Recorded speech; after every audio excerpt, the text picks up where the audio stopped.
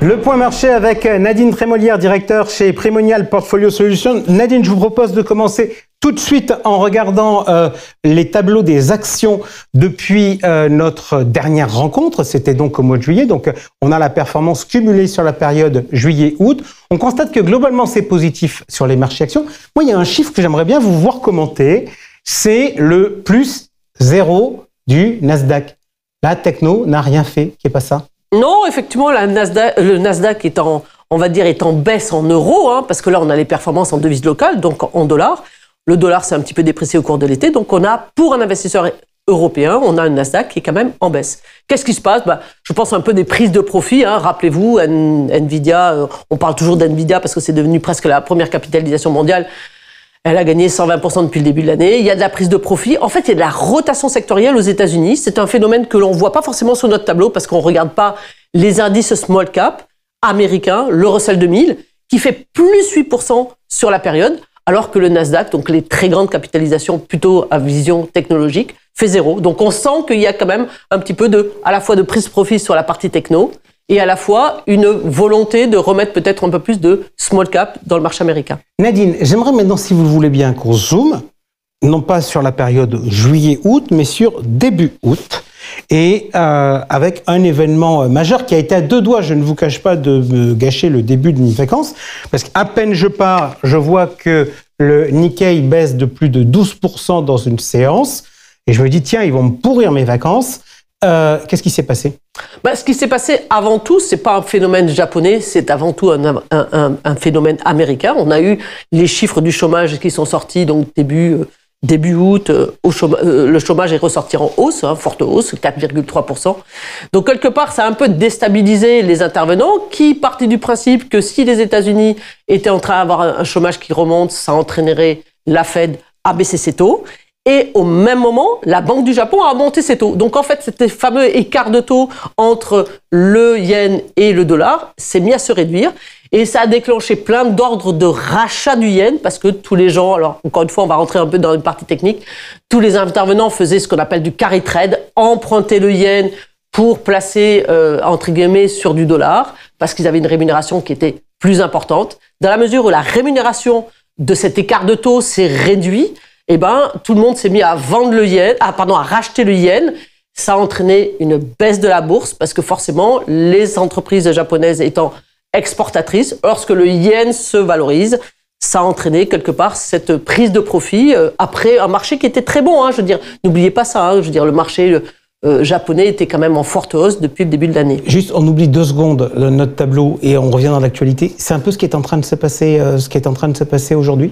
Entre hier et aujourd'hui, où on a vu le yen remonter, on a vu Wall Street décrocher? Non, je ne pense pas que ce soit exactement la même problématique. La problématique d'aujourd'hui, entre guillemets, c'est effectivement, comme vous le disiez très justement, un peu de prise de profit, peut-être un petit peu trop violente sur les technologiques.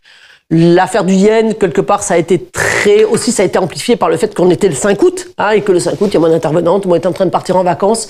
Et comme d'habitude, chaque fois qu'il y a un événement un petit peu marquant au mois d'août, ça amplifie les performances. Et d'ailleurs, on s'est aperçu que le marché est revenu relativement rapidement à de meilleures performances. Ok, justement, si on regarde, on va regarder maintenant, on va rechanger notre focale pour revenir en séparant sur juillet-août. Vous nous disiez qu'il y avait une rotation sectorielle aux États-Unis sur les small caps. Sur les small caps européennes, au mois d'août, elles n'ont pas fait un bon mois? Non. Voilà, c'est quelque part, on sent que quelque part, c'est vraiment un phénomène plus américain. Il a eu lieu petitement, on va dire, sur la fin du premier semestre, donc plutôt en mai-juin. Un petit peu au mois de juillet, au mois d'août. Bon, voilà, le marché, c'est pas forcément polarisé sur cet aspect-là. Août est quand même beaucoup dans le vert. Moi, j'ai toujours eu le sentiment que août est un mois pourri. Parce que il y a ce que vous évoquiez, c'est-à-dire le fait qu'il y ait peu de liquidités. J'ai le souvenir d'un mois d'août catastrophique à cause de la Chine. Je sais plus, il y a combien de temps il y a de ça. Pour vous, août, c'est une bonne surprise? Oui, parce que en fait, on n'a pas eu de mauvaise surprise. Souvent, Jackson Hole, vous savez, c'est la fameuse réunion de tous les banquiers privés, de tous les banquiers centraux qui vont parler un petit peu de ce qu'ils vont faire à la rentrée. Ils ont été très en ligne. Donc, il n'y a pas eu de mauvaise surprise. Souvent, c'est souvent un déclencheur d'une petite phrase qui peut faire monter l'angoisse des marchés. Pour l'instant, on l'a pas eu. Donc, mois d'août a été plutôt un bon mois. Est-ce que septembre le sera aussi bon? C'est peut-être pas forcément évident. Pourquoi c'est pas forcément évident? D'un point de vue stat, septembre, c'est un bon mois ou c'est pas un bon mois? Non. Voilà, c'est le pire des mois. Souvent, on parle de mai, d'août, éventuellement d'octobre. Mais statistiquement, septembre est le mois qui, sur les 40 ou 50 dernières années, est plus souvent en baisse qu'en hausse. Est-ce que pour vous, le niveau d'inquiétude augmente ? Notamment, on discutait tout à l'heure avec Florence sur les anticipations enthousiastes, on va dire, des marchés sur les baisses de taux. Est-ce que vous craignez un risque de déception ? Pas forcément de déception, mais souvent on a tendance à acheter la rumeur et vendre la news. Or, effectivement, on va avoir cette baisse des taux de la part de la Fed le 18. Je pense que ça, personne ne le remet en cause. 0,50, je serais étonné. Je pense qu'ils vont plutôt faire 0,25. À partir de ce moment-là, on est dans un marché haussier depuis le début de l'année. On a regardé les indices, on est autour de 16-17%. Donc, quelque part, avoir un peu de prise de profit, c'est pas complètement aberrant. Alors, on regarde tout de suite le tableau sur les taux. Sur la partie européenne, les taux directeurs, ça a commencé à bouger puisque la première baisse a eu lieu en juin. Je voudrais qu'on s'interroge sur la partie taux longue.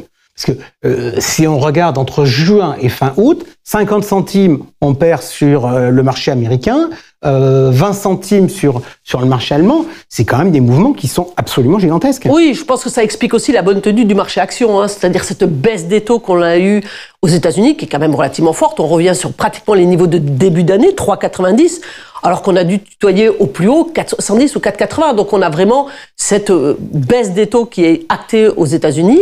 En Europe, c'est moins le cas. Quelque part, la situation française n'est pas complètement étrangère à cela.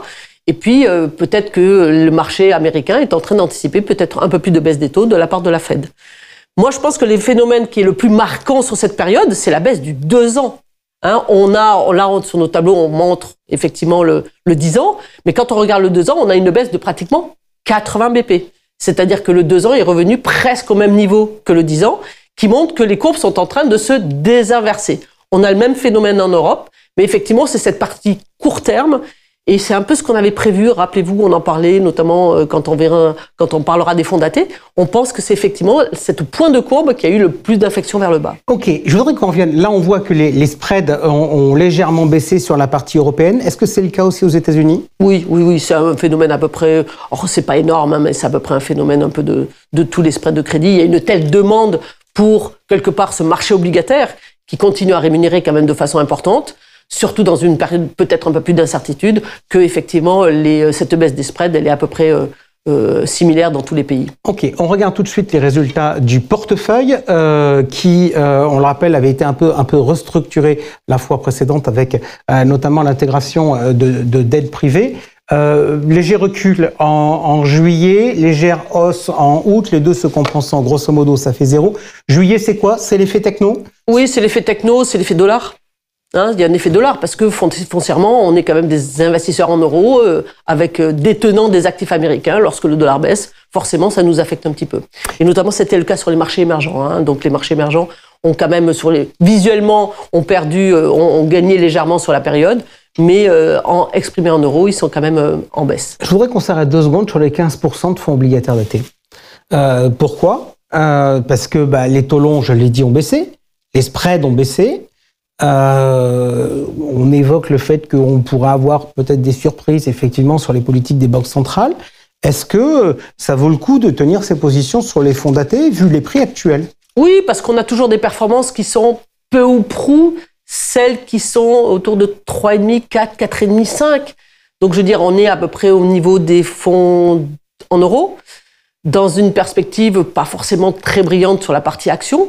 C'est toujours pareil, c'est qu'est-ce qu'on a d'autre à mettre ? Je veux dire, quels sont les investissements alternatifs qu'on pourrait mettre, sachant qu'on a déjà mis de la dette privée, qu'on a mis du private equity. Pour moi, c'est effectivement un complément intéressant, toujours attractif, parce qu'il y a un taux courant, un taux actuariel qui est toujours quand même relativement intéressant. Merci beaucoup Nadine de ce point marché. Et tout de suite, c'est l'homme dans l'actu.